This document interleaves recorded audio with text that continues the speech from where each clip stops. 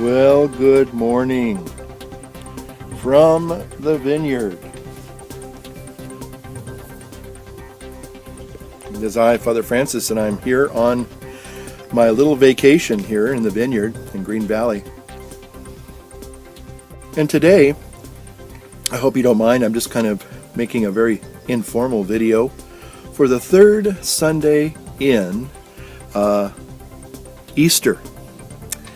And this third Sunday in Easter, which is very interesting, is we look at something about the Christian faith that a lot of people sometimes may not really stop and consider. We're in the Holy Mystagogia season of Easter, and that's where we begin to try to come to a better understanding of what this whole resurrection event of Christ is really all about. You know, I just mentioned I'm on vacation, and one of the things that I like to do is I like to watch a lot of British murder mysteries, whether it's Adam Dalgliesh, Midsummer Murders, The Last Detective, Hercule Poirot, Miss Marple. You name it, I like detective mysteries. And one of the things that happens, usually right after the murderer has been caught, is there's a little bit of a wrap-up, if you will, where the murderer begins to now reveal who he really is and why he has done this really awful thing.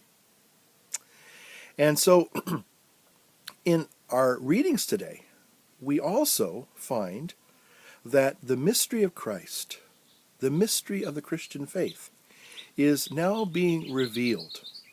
In our first reading, it's revealed by Peter as he begins to explain to the people what this Jesus person was really all about and why he had to undergo this horrible punishment and torture and crucifixion.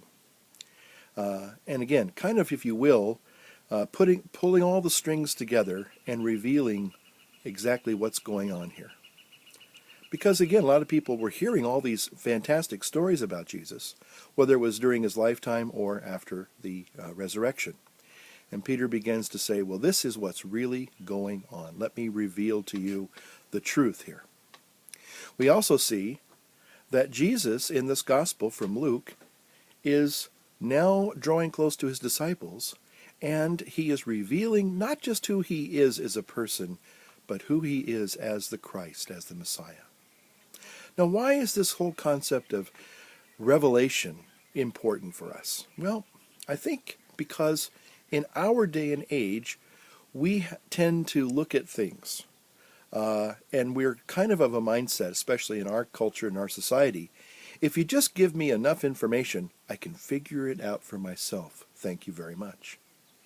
And we must remember that the Christian faith and Christ himself is not something that we can grasp for ourselves. It's not like a self-help program where you give me the tools and I will do it. But God chooses to reveal himself to those who he chooses. In other words, Christianity is a revealed religion. Christ, again, reveals himself to us as Christians through things like the sacraments and the Holy Scriptures. The disciples said, Cleopas and his companions, as they recounted Christ on the way with them, staying with them, they said, he was revealed to them in the breaking of the bread. So hopefully, my friends, we will recognize that as Christ reveals himself to us, we can say with Cleopas that our hearts indeed burn within us to have Christ, who is the revelation of God's great love, being made alive in our hearts today. Hope you got something out of that. Thanks for watching, and until next time, keep on keeping on.